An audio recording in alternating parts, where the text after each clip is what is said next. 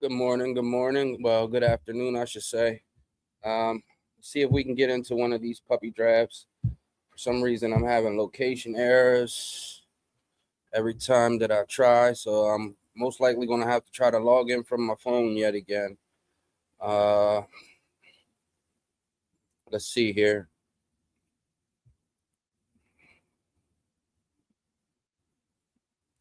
At least wait till mm, the phone at least acknowledges that there's a draft happening. Okay. We are picking in a very precarious position. We have the 11th spot, so I may not necessarily be able to show y'all a team. Basically, we've been drafting wrong.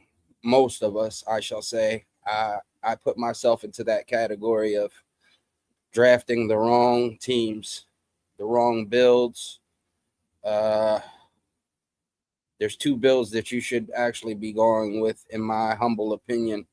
But what do I know? So we'll see if we're able to execute what I consider the one of the two best draft strategies. It also depends on how the board flows, what players land to you when it comes to your pick. Unfortunately, we get a crappy pick in pick 11. It's crappy in ways, and sometimes it could be okay, but that all depends on what players actually fall to you when you come to pick. Okay, because you get back to back picks, and then you're waiting a whole round and another round before you come back, and then you make two picks, and then you're waiting and waiting and waiting. It's a tough spot to be in. In my home league, I was at pick 11 last year, and I made the playoffs, but my team dudded out. I did have Derrick Henry, but unlike Best Ball Mania, that week 17 didn't matter a bit for my fine, for me advancing to the championship. So most likely we're going to be forced to take a running back. No, we're not. So I will happily select CD Lamb. This keeps alive the potential for the build that I consider the premium build for any puppy BBM type format in Underdog in 2026. Ashton Genty goes off the board. Drake London goes off the board. So we have a few different options. And as much as I would like to go Barkley, I'm going to go Achane here. I'm sure the James Cook drafter would be happy to take Barkley, but a lot of times the person who was in the 12 hole would take James Cook and Barkley. So he goes Derrick Henry. Jefferson drafter most likely will take Barkley. I don't see him falling past the JT drafter, but you never know. Well, Walker, I was wrong. St. Brown drafter should happily take Saquon Barkley, and he does. So interesting to see Kenneth Walker, Derrick Henry go above Saquon Barkley. I know the reason why I specifically took Achane ahead of Barkley, but that'll sort itself out as the draft progresses, because it also depends on how these next two rounds go that will dictate which way that I go moving forward. Hampton all the way down to the JSN drafter. I've never been fortunate enough to get the fall of a Derrick Henry to the 1.3, 1.2, the 1.1. There's been people who's been fortunate enough to be able to pair Derrick Henry with Jahmyr Gibbs or Bijan Robinson, and the one that I truly wanted most was Ja'Marr Chase and Derrick Henry. It wasn't just drafting those two players; it was who was, what team I was going to build around the construction if I did land those two players. Breece Hall being pulled up to the second round is interesting, and then he goes Olave. I know the Saints and Atlanta have a Week 17 matchup. Breece Hall and the Jets match up against Minnesota. So interesting to see them players get pulled up to where they have gotten pulled up to. This is the tough part about where we're at, because we got to hope that one of the players that we're looking for falls to us when we select with our next pick.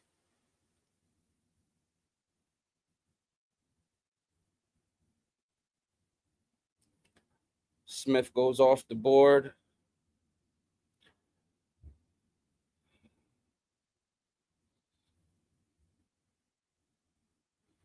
And usually when you have a drafter going running back, they can do anything with their third pick. Josh Jacobs goes off the board, Ladd McConkey. So we're up in 3 picks. Once again, like I said, these drafters can literally do whatever they want where they're at.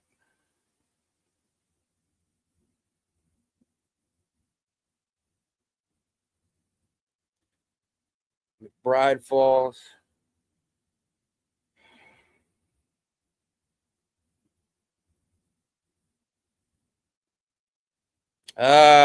We get sniped. We get sniped on the player that I had hoped to fall to us. So right now we will pivot to Zay Flowers. That sucked. There's still a chance that I could pull this build off. It all depends on, like I said, I got a lot of waiting to do before we pick after we make the selection here.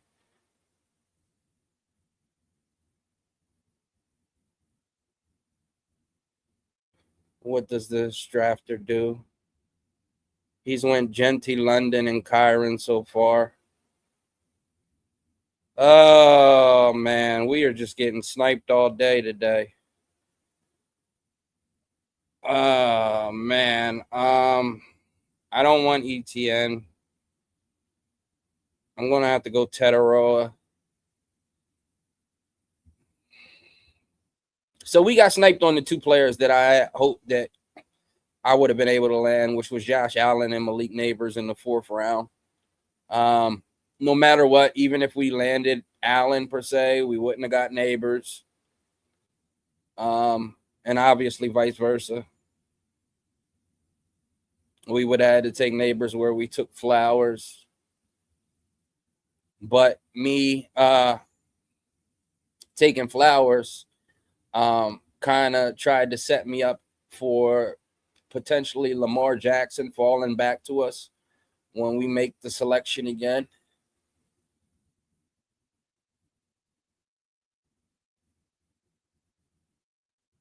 Cam Scatterboo goes off the board. Now, this is interesting. This drafter in the 6th spot goes 4 straight running backs to start off this draft. He's going to definitely be playing catch up at wide receiver. But he does have security at the running back position. So you start 2, can flex 1. So interesting to see if he stops at 4 running backs total. I don't think if I drafted 4 running backs to begin the draft that I would invest any more capital into the running back position. That's me personally. Others may view it differently. I mean, just all depends. Interesting to see DJ Moore get pulled up to pick 47. A lot of times he falls back to the Josh Allen drafter. So this is an interesting draft room so far. The drafter at 2 pulled up a lot of people. He pulled up Breece. He pulled up Olave. He pulled up DJ Moore. And he kind of pulled up Tootin, although I've seen people draft Tootin at the beginning of the 5th.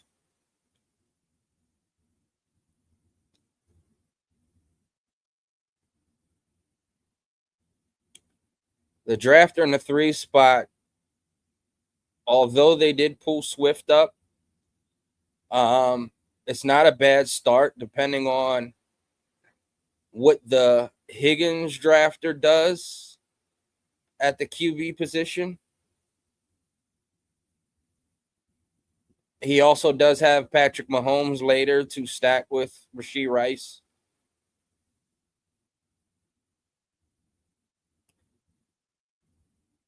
Interesting to see Mike Evans fall to where he fell in the 5th. Mike Evans generally lives in that 4th round.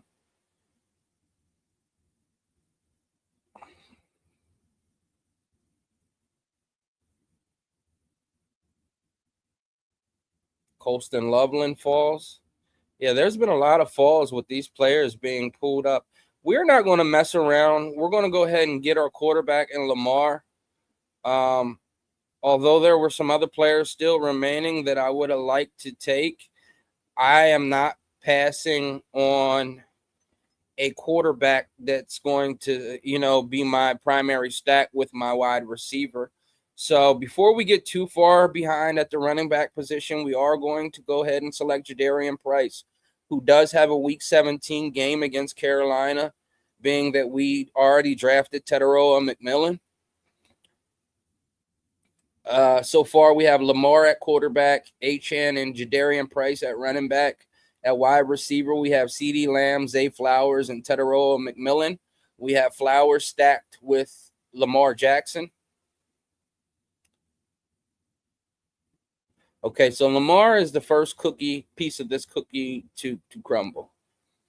My first hint to y'all all is that with these drafts, in the 2 bills that you need to be constructing your team around, and I'm giving y'all this, and it's up to y'all to use it or not, but you want to draft 2 quarterbacks. 2 quarterbacks is what you need to do. Not 3, not 4, not waiting for 3, just solely waiting on 3 late round quarterbacks, and because it's going to make you draft 3. The longer you wait to draft quarterback, the more that you're going to have to take. You only want to take 2. And that 2, the first one can start as high as Josh Allen. Okay? And then your next quarterback in line will be Lamar Jackson. Then depending on who you selected in the first or second round, it's either Jaden Daniels, Drake May, or Joe Burrow.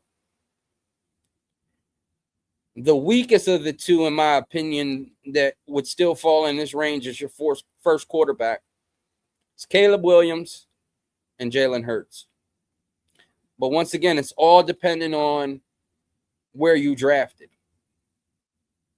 You need to be able to stack Caleb with someone. So if you're in the early parts, picks 1 through 3, sometimes 4, you're looking at Luther Burden. You're looking at Colston Loveland. You're looking at DeAndre Swift at the running back position. If you're on the opposite side of the board, you got one option, Rome Odunze. And later, the backup running back, Kyle Monangai. Those are your 2 choices on the right side of the board for the Chicago pair. Burrow, obviously you need Chase. Or if you're on the right side of the board, mid to end, you need Higgins to even consider Joe Burrow. Drake May, obviously, ideally, you would want a Drake May build with A.J. Brown.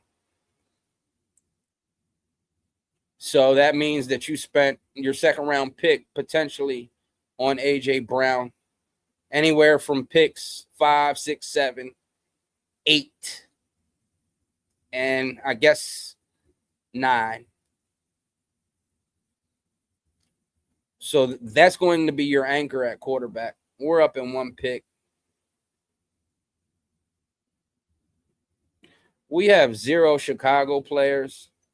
Caleb has fallen all the way down to us, but I am not going to select an unstacked Caleb. I will just go ahead and select Dak Prescott. And now I'm done at quarterback. No more quarterbacks for me. Right here, we have 3 receivers. We need another receiver. And that receiver is going to be, in this case, I'm going to go with Chris Godwin.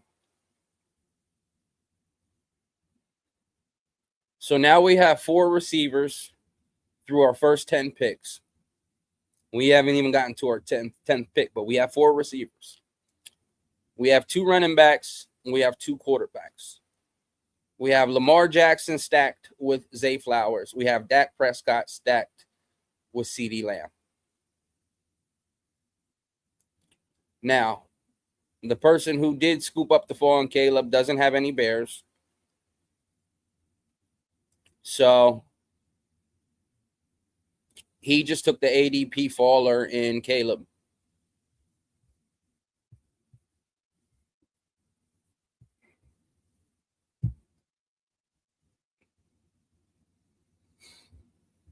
It was a consideration for me, but like I said, all of the Chicago players that are worth anything were gone. So even though Caleb fell as far as he did, it didn't make sense for me to grab him. Now, some will say, you spent early draft capital on Lamar Jackson, and then you went and took Dak Prescott literally a round later. Well, 2 rounds later. And I'll agree with you. Yes, I did. But I'm also done at quarterback, and it opens me up for how the rest of this draft will go for me, to let me know if I'm drafting either 6 running backs or 5 running backs.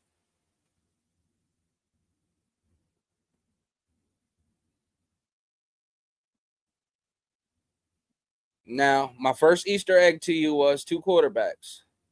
Now I'm telling you, there's 2 bills that you should be going with. So I'm going to let y'all guess. I just gave y'all another token, another Easter egg, in that whatever happens coming forward will determine if we're drafting 5 or 6 running backs.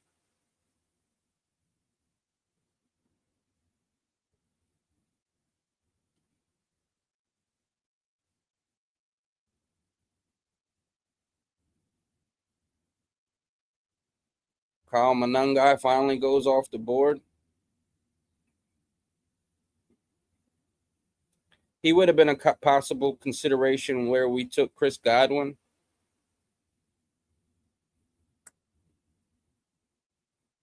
We're up in 2 picks.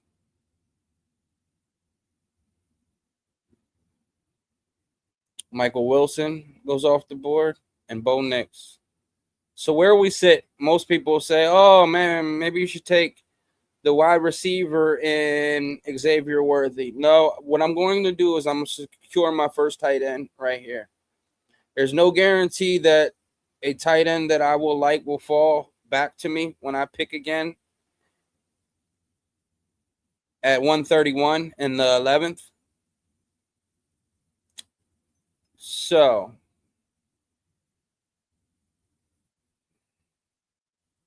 we need a running back. We are going to go with Aaron Jones to give us our 3rd running back.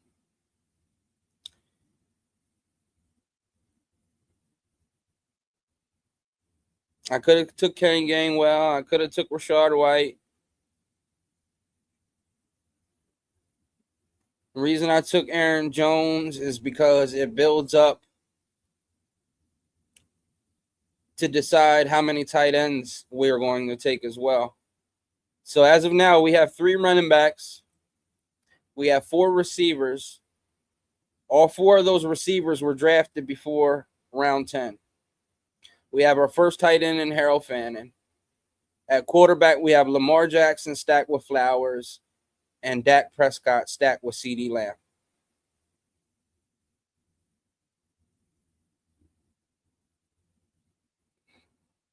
We are 15 picks away from our next selection.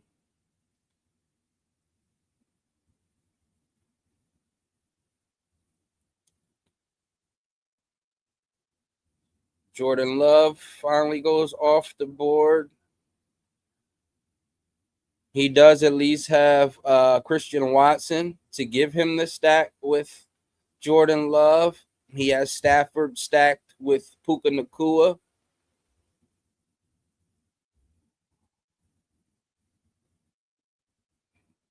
And see, we get sniped on Andrews, a la the reason why I took Harold Fannin. You used to be able to get Mark Andrews at pick 130, 131. More recently, he's going anywhere as early as 125, 126, 127, depending on if the teams have any tight ends thus far.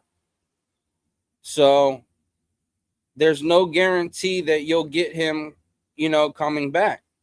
So I had to take Harold Fannin, who was the best remaining tight end on the board. Sam Laporta was already gone. Kyle Pitts was already gone.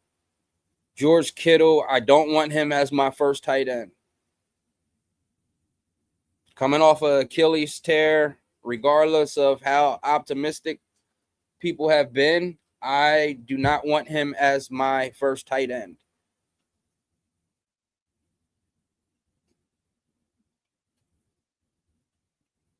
And that's the other thing with other quarterback fallers like Tyler Shuck.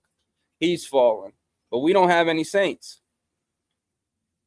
So it does nothing for us. And not to mention, we were only drafting 2 quarterbacks. So what I'm going to do here is I'm going to go ahead and select Jalen Coker. Now we have 2 of Carolina's pass catchers. And we will take our first.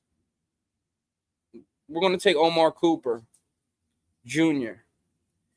The reason being behind that selection is the Jets play Minnesota. We have Aaron Jones. Now we have Omar Cooper. Carolina plays Seattle. We have Jadarian Price. We have Tetairoa McMillan. And we have Jalen Coker.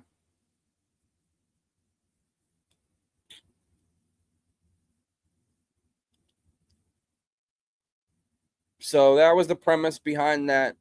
Ideally, like I said, we would have liked to have gotten Josh Allen where we selected Zay Flowers. But we were able to pivot and get Lamar and Flowers stacked together.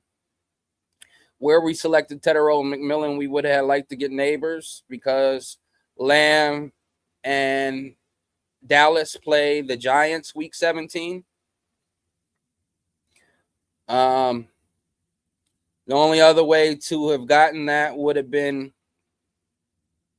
possibly taking Cam Scatterbull where we took Tetairoa McMillan, or selecting Isaiah Likely where we took Jalen Coker.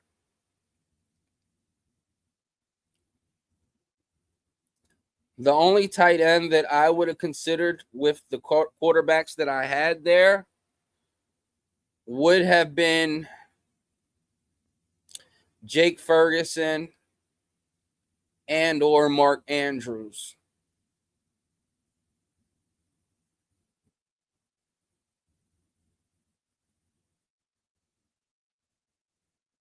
But I decided to go receiver with Jalen Coker rather than selecting Jake Ferguson.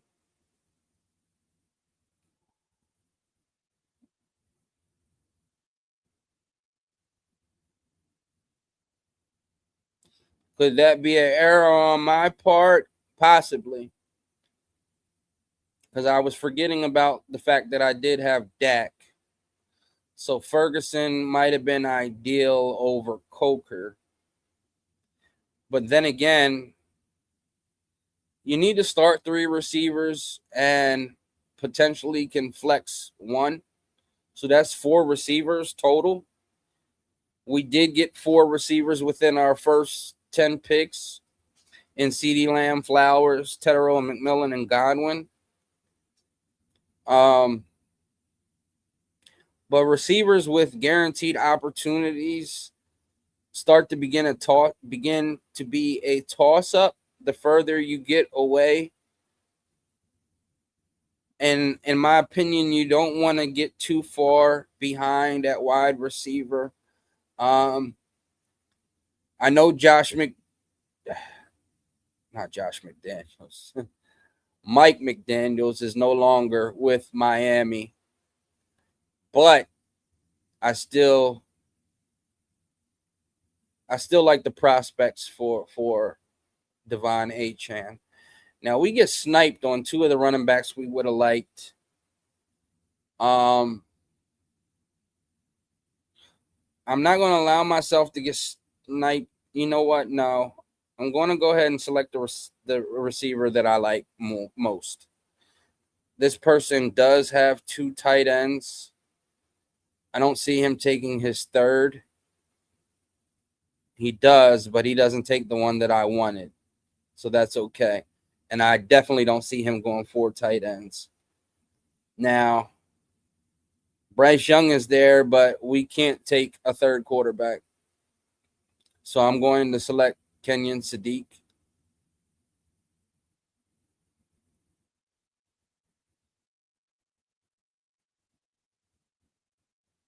So as of now, we have a 2-3-7 build. We have Lamar and Dak at quarterback. At running back, we have Devon Achane, Jadarian Price, and Aaron Jones. At wide receiver, we have CeeDee Lamb, Zay Flowers, Tetero McMillan, Chris Godwin, Jalen Coker, Omar Cooper Jr., and Denzel Boston. And at tight end, we have Harold Fannin and Kenyon Sadiq, who do not share the same bye week. Had I had Andrews fall to us, Baltimore has a week 13 bye, and so does the Jets. So there would have been, a conflict of interest in having 2 tight ends that have the same bye week, which would have forced our hand into having to draft 3 tight ends or just take a dud at the position in week 13.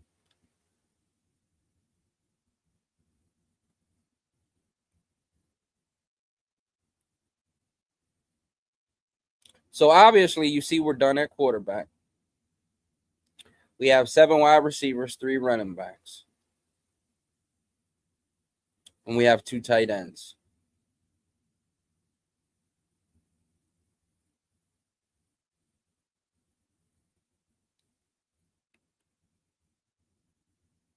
Tank Dell goes off the board. Bryce Young goes off the board. Unstacked. I don't see him with any other Carolina pieces. So, kudos. Doesn't have Jonathan Brooks. Doesn't have Chuba Hubbard. So, he just took the ADP value in him. I wasn't interested in going with a third quarterback whatsoever. So, Bryce would have literally had to fall to us at our next selection to even be a consideration, because then I would have been going against the 2 builds that give you a chance to actually advance a team all the way to week 17. Not just win, week 14. I mean, a team that has the makeup, whether that's the right players or not. I can't tell you the exact players. I could tell you the structure you need to be targeted when you're looking to advance the team to week 17 in 2026. I can't tell you what worked in years past. I'm giving you my insight on what I believe are the 2 best strategies to advance the team to week 17 this season.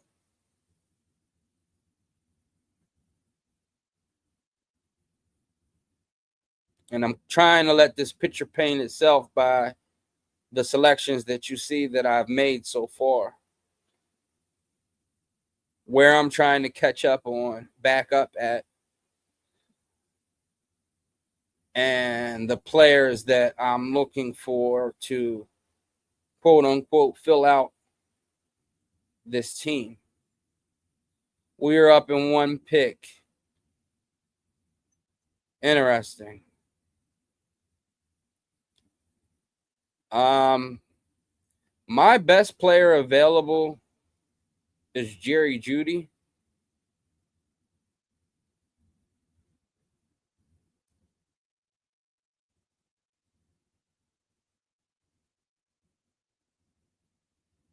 And we are going to pull up a player significantly and select Mike Washington.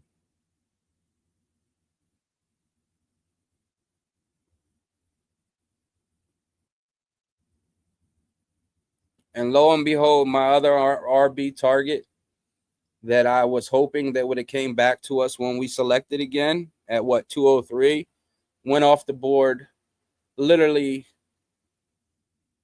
one pick after I selected Mike Washington in Nick Singleton. Nick Singleton was going to be our 5th running back for this build. So right now we have a construction 2482. The issue that we now face is that the running backs that I felt had upside both went off the board in round 16. And that's Mike Washington, who's basically the backup to Ashton Jeanty. If something was to happen to Ashton Jeanty, or Clint Kubiak decides to divvy the carries in the fashion that he did with Kenneth Walker and Zach Charbonnet in any way, Mike Washington has value being selected. He's usually going in the 17th round.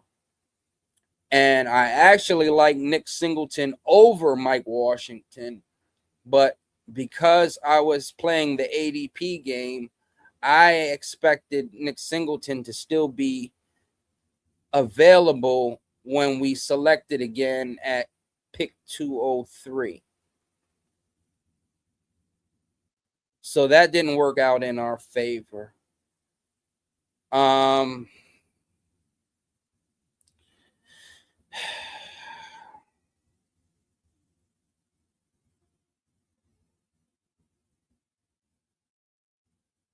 Wow. It's going to suck for us because we got one option now left to be our 5th running back.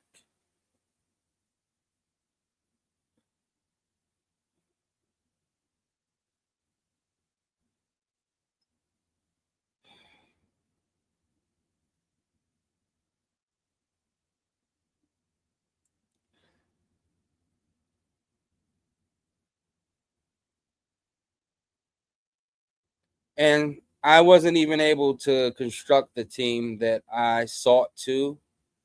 So this is about the 3rd or 4th best construction you could have this year. I believe it's number 4 on my list, which is a 2583.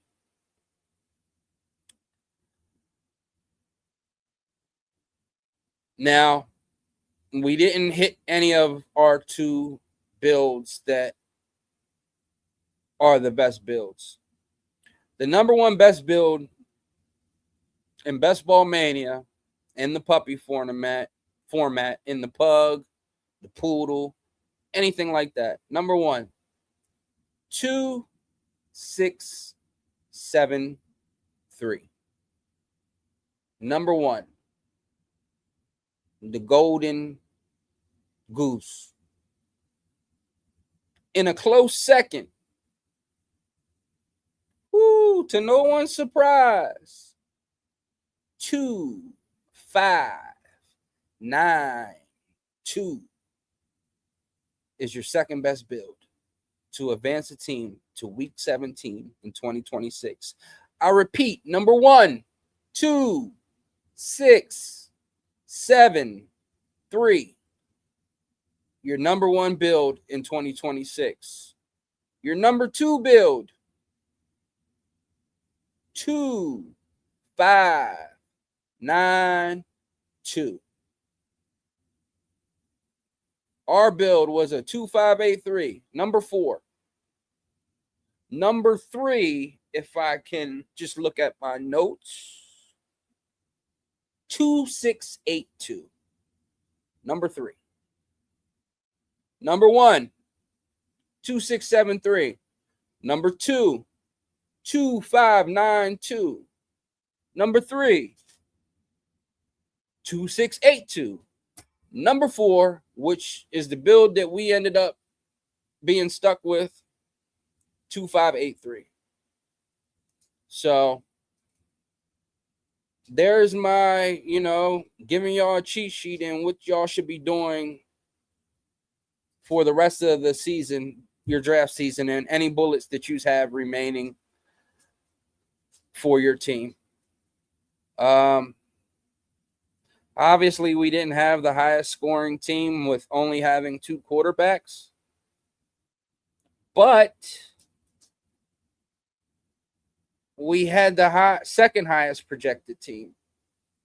The number 1 projected team is right here, the Gibbs team, who had Gibbs, Pickens, Jeremiah Love, Terry McLaurin, Quinshon Judkins, Mekhi Lemon, Alec Pierce, Jordan Addison, J.K. Dobbins, Baker Mayfield, Mark Andrews, sniped us on him, Cam Ward, Isaiah Pacheco, Bryce Young, Isaac Tesla, Aaron Rodgers, Terrence Ferguson, Pat Bryant. Now, look, I'm counting 4 quarterbacks. Aaron Rodgers, Bryce Young, Cam Ward, Baker Mayfield. They have the number 1 pick in Gibbs. So that's 4 quarterbacks in Gibbs with a projection of 2,914.2. Now, our team, the second highest projected team out of every single other drafter in here. Okay? Where are we at? Let's go back over here real quick. CeeDee Lamb, Devon Achane, Zay Flowers, Tedero McMillan, Lamar Jackson, Jadarian Price, Dak Prescott, Chris Godwin, Harold Fannin, Aaron Jones, Jalen Coker, Omar Cooper Jr., Denzel Boston, Kenyon Sadiq, Jerry Jeudy, Mike Washington, Eli Stowers, and James Conner. We are projected for 2,887.9 points. The team 1 that had 2,914 projected points has 4 quarterbacks. We have 2. Yet we are the second highest projected team in this entire draft, and it's not the best build. It's the 4th best build that you can go with this year. So the evidence is in the pie, baby. There was a team in here that drafted 4 quarterbacks and was the only team projected to score more points than us. Okay? 1, 2, 3, 4.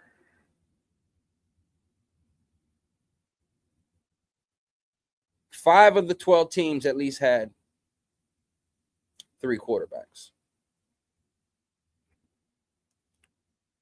The rest of us, the other 7, all drafted 2 quarterbacks. Okay? So, team 2 projection, 2,721 points. Team 3, 2,833.3 points. Team 4, 2,793.6. Team 5, 2,851.6. Team 6, 2,755.1. 7, 2,755.5. 8, 2,692. 9, 2,587. 10, 2,679.3. Us, me rather, 2,887.9. And the 12th spot, 2,726.8. Now, I just went by my principles of drafting. I told you this could have started off with Josh Allen easily, depending on how things went. Let's say Lamb was off the board and I was forced to take a running back. This pick right here, if I went running back here, most likely would have been someone like A.J. Brown. And this would have been a Drake May build following the same principles that I did with this Lamar build. I knew Dak was going to be an option at quarterback, but I don't necessarily like Dak being my QB1. I love him as a QB2. Do I think he could be a QB1? Yes. But will I want to solely rely on Dak as my QB1? No. My favorite quarterbacks are simple. Josh Allen, Lamar Jackson, Jaden Daniels, Drake May, Joe Burrow if you have Chase or Higgins. Caleb with the caveat you have Loveland, Burden, or Dunze. With that being said, it's your boy, the Red Badger. I'm going to be checking out for today.